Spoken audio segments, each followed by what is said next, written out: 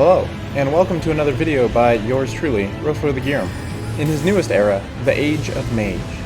This guy looks weird and messed up. What's his deal? Well, he is enamored with the spiral, both the dancing of the stars and the dancing of the blade, specifically Yochad's blade. So let's explore what that means, why this build works, and how it's become yet another one of my favorite builds in Elden Ring.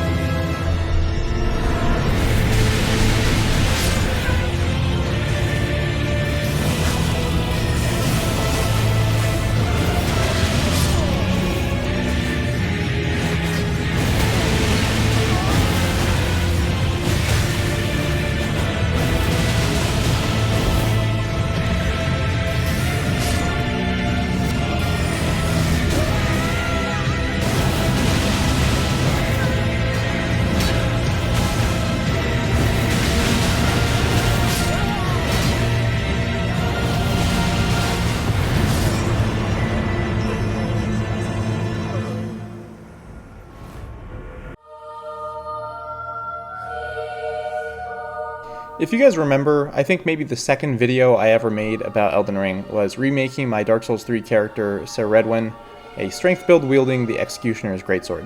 In Elden Ring, the Executioner's Greatsword has become the Marius Executioner's Greatsword, and is a strength and arcane hybrid weapon, so that's what Rheidwyn became, renamed and christened as Fallen Rheidwyn. Even then, I went about this in the wrong way. I made Rheidwyn a bleed build that would soft swap to the Marius Greatsword to kill people with the Ash of War, and that was gross and lame, but mostly it was incredibly dorky and unfashionable, especially once everyone figured out bleed was stupidly good in this game. But now we have entered our glorious and bizarre Age of Mage. I've liberated myself from needing to be a melee-focused player, and have once again created a dude who casts spells in their offhand while carrying a weapon with an Ash of War with serious stopping power in their right hand. You might ask, why this? Why a spiral? Why does everything have to spin on this build? Is this some sort of cool JoJo reference? No, it's not. There's no such thing as a cool JoJo reference. No, you need only look no further than the environments around me for inspiration. The spiraling storms of Farum Azula have truly enraptured me. Since people are going to ask, here's the stats. You might be looking at these stats while the PvP part of your brain flashes red with PvE build warning alarms. But bear with me here, there's quite a bit of synergy and calculated madness to this build. So first things first, this character is at rune level 94, plus 20, plus 8, which seems like a bit of a weird number to arrive at, but it's very particular for a reason. Now, plus 20 and plus 8 weapons means I get to invade all the way up to max upgraded weapons. And rune level 94's upper bound limit is rune level 124 for invasions. This means that I'm invading right up to the dueling meta, but not actually hitting it. That way I ensure I'm not invading up to the sweatiest of duelists at Main Academy Gate, but I still am invading co-opers who are finishing the game with fully upgraded gear. In around the 2 weeks that I've had this build, doing invasions with it, I've gotten a ton of activity all across the lands between 94, rune level 94 plus 20 might be my new favorite matchmaking range. Now, this build gets 33 extra points from the gear that it uses.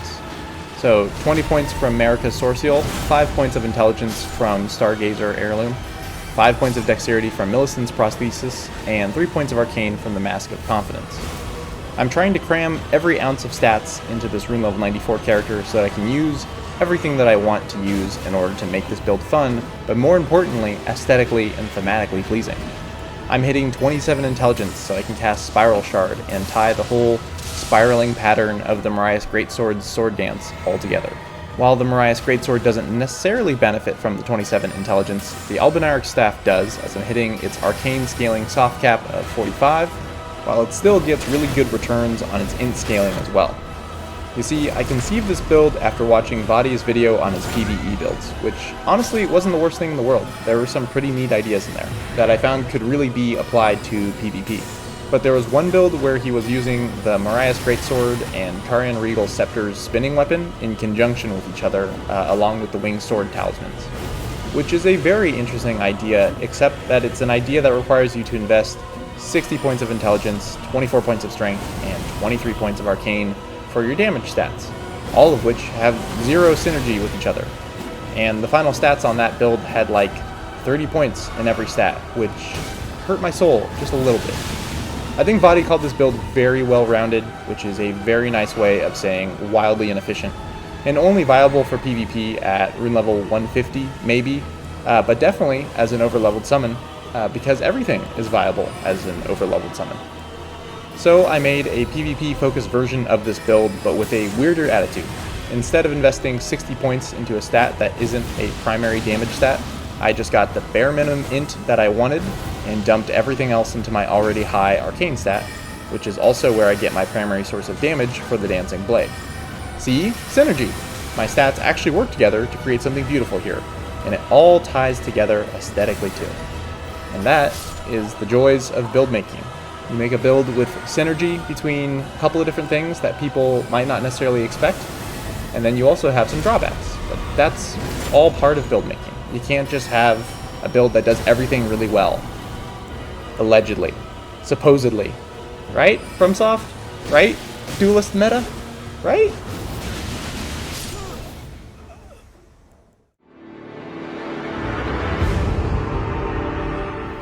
Let's talk about the Dancing Blade real quick. I think I've talked about this weapon before in my last video about this character back when he was Fallen Rheidwyn, but I wanted to talk about this weapon's synergies with this build in particular. The official name of the Ash of War is Yochad's Dancing Blade, and it fires in a corkscrew motion, rapidly grinding your opponents into a fine pulp through an incredible number of revolutions of the blade in less than 2 seconds. Those many hits all proc the Winged Sword Talisman effect, which is also one of the buffs received from Millicent's Talisman, along with 5 points of dexterity. And then in my Flask of Physic, I combine the Thorny Crack tier, which has the same effect as Millicent's Talisman, and stacks with its effect as well, along with the Magic Shrouding Crack tier, since the Mariah's Greatsword and my spells all deal magic damage. So my Flask of Physic has a ton of synergy and utility. I have boosted damage through the Magic Shrouding tier on pretty much every single attack that I have, and then every time I land the Dancing Blade, I get an almost automatic 40% damage buff since the blade hits so many times in succession that it gets the maximum damage buff possible in a very short amount of time. I'm not even done with my spiel here yet. The best part of the 40% damage buff that I get from the stacked Winged Sword effects is that the damage buff also applies to all of the damage I do, including my spells. So for a scenario here, chances are I just nuked whoever I hit with the Dancing Blade because it does bonkers damage, most likely killed them or did somewhere in the ballpark of 1,000 to 1,300 damage with it, and now I'm going to hit you with some other spell for, I don't know, all of your health too. If I hit you with that double boosted Carian Piercer, you're done. If I hit you with Slicer, also dead.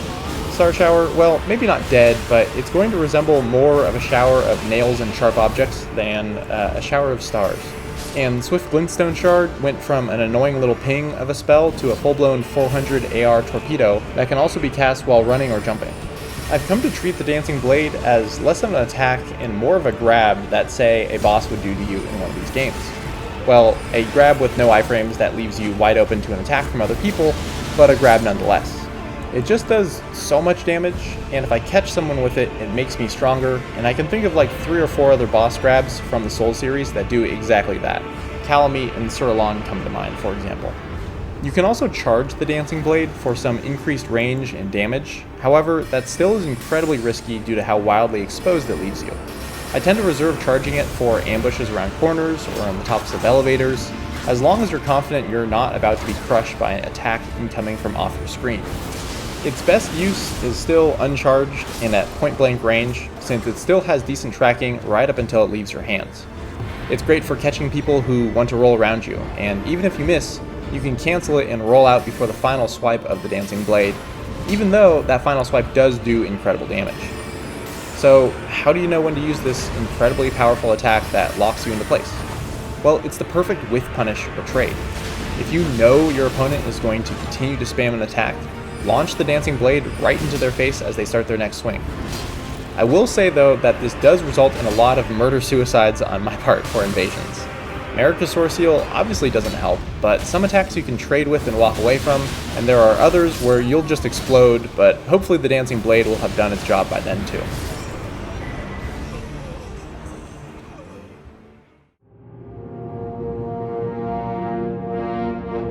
So what's the game plan here for Spiral Mage? The general idea is that I draw my opponent in with spells, and then blast them with a point-blank meat grinder. And honestly, you don't always need the spells to draw them in. So many hosts are so ridiculously overconfident and stubborn that they will just run directly up to your face and spam their strongest attack. This is in fact exactly what the Spiral Mage wants, because you're just going to get blendered by the Dancing Blade, which, as I explained earlier, is then going to buff all of my spells. But the spells are the most interesting part. Instead of just pressing L2 at the correct time, let's talk about those first. I found a couple of spell combinations that are quite enjoyable and effective at drawing people in. I like to start off with Spiral Shard, Uncharged, and then following that up with Star Shower. It just creates too many projectiles moving at different speeds with good tracking all around. A lot of people get hit by this and think the only way to beat it is to close the gap and attack me, which of course results in them getting danced on by the Dancing Blade. Star Shower is like lesser Stars of Ruin pre-1.06 patch. It's now Stars of Guilt-Free Damage.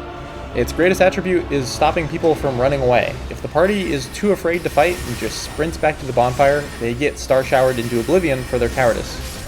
And it doesn't matter how they're trying to escape either. Star Shower is an incredibly effective ladder extractor. It only takes 1, maybe 2 casts to knock any and all opponents off of ladders. And once they fall off the ladder, well, you know how it goes in these games. By far my favorite spell on this build, though, is extremely basic and boring because it's Swift Glintstone Shard. It's so cheeky, so obnoxiously magey. I think the most fun I have with this build is when I blender someone with the Dancing Blade, but don't quite kill them, only to roll away and snipe them red as they reach for their flask. And the best part of that is that the shard always lands right as they start the animation to heal. It's beautiful. I could make a whole montage of sniping people with Swift Glintstone Shard. And jumping Swift Glintstone Shard is also ridiculous. I couldn't tell you why it always works, but it always works. Always. Here in this clip, I'm running for my goddamn life, dodging lightning bolts left and right, that each do 75% of my health bar, and I'm surviving just long enough to whittle down the host and all of their stupid anime attacks, just to finish them off with the jumping Glintstone Shard. For this one, it's a party of 3 katanas chasing me, 2 of which are Moonveils. No PvE support except the gargoyle up the road. Seems like a pretty tough situation, right? But the classic, kill the host while they still have phantoms, always rings true. And who's leading the charge here? It's the host, because they're an idiot and have 2 Moonveils to back them up. Turned, burned, danced upon, and a little jumping shard to finish you off too. You just love to see it.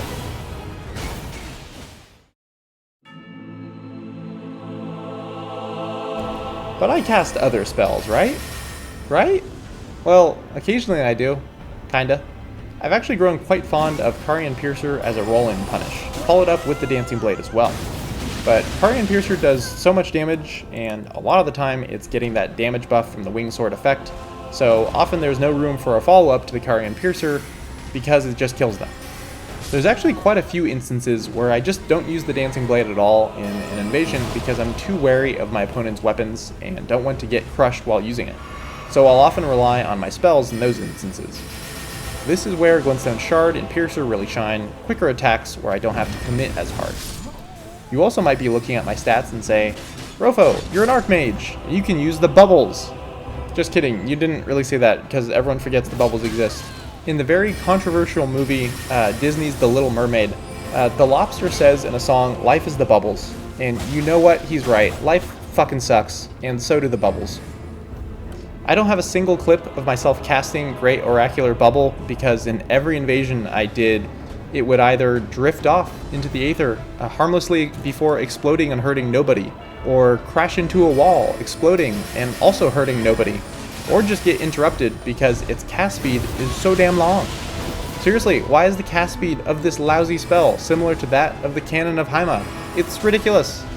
So yeah, bubbles were a bit of a failure. What are you gonna do?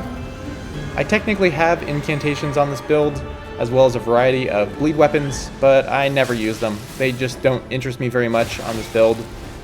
Maybe I'll get around to using them, but probably not. I'll probably end up scrapping several of the incantations for more sorceries, and we'll call it a day. If you have a suggestion about what might be fun on this build, please let me know. I'm very open to it. But this is just what I'm into so far with this build. Well, that's about all I have going on in this video. I've been really enjoying this current Age of Mage, and hope to continue to dive deeper into it as we wait for any potential DLCs. In the meantime, there's a community effort being made by a fellow YouTuber known as Blade of Maya, who's got a series going on called MAG-FM, essentially Elden Ring's Invader Radio. The idea is that you submit clips of duels and a music track that you wanted featured to Blade of Maya via email, and they'll cut them together as part of the show with a little commentary. Be sure to watch their video that I've linked in the description and on the video card. They'll explain it a lot better than I am right now. I think it's a really wonderful idea for all of us invaders and general PvPers to learn about each other, see each other's clips, and find other like-minded people as well. And it's all tied neatly together with music discovery, which, you know, how can you not love that? So yeah, check out Blade of Maya. They're a phenomenal player who's been making some pretty great content for a while now, and I'm really excited to see how the rest of their series goes. But that's all from me, guys. Thanks for watching, and I'll see you in the next one.